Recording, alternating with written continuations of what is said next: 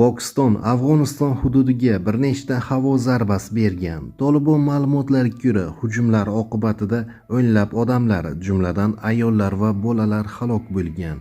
Bu haqda BBC yozdi. Islomobod esa zarbalar chegara yaqinidagi 7 ta terroristik lager va yashiringohni nishonga olganini bildirgan.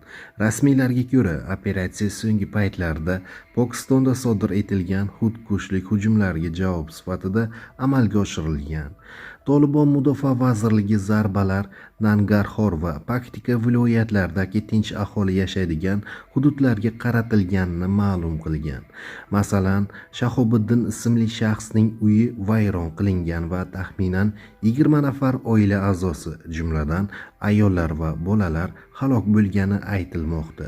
Afg'oniston hukumati hujumlarni mamlakat hududiy yaxlitligiga ochiq tajovuz deb baholab, xalqaro huquq buzilganini iddao qilgan.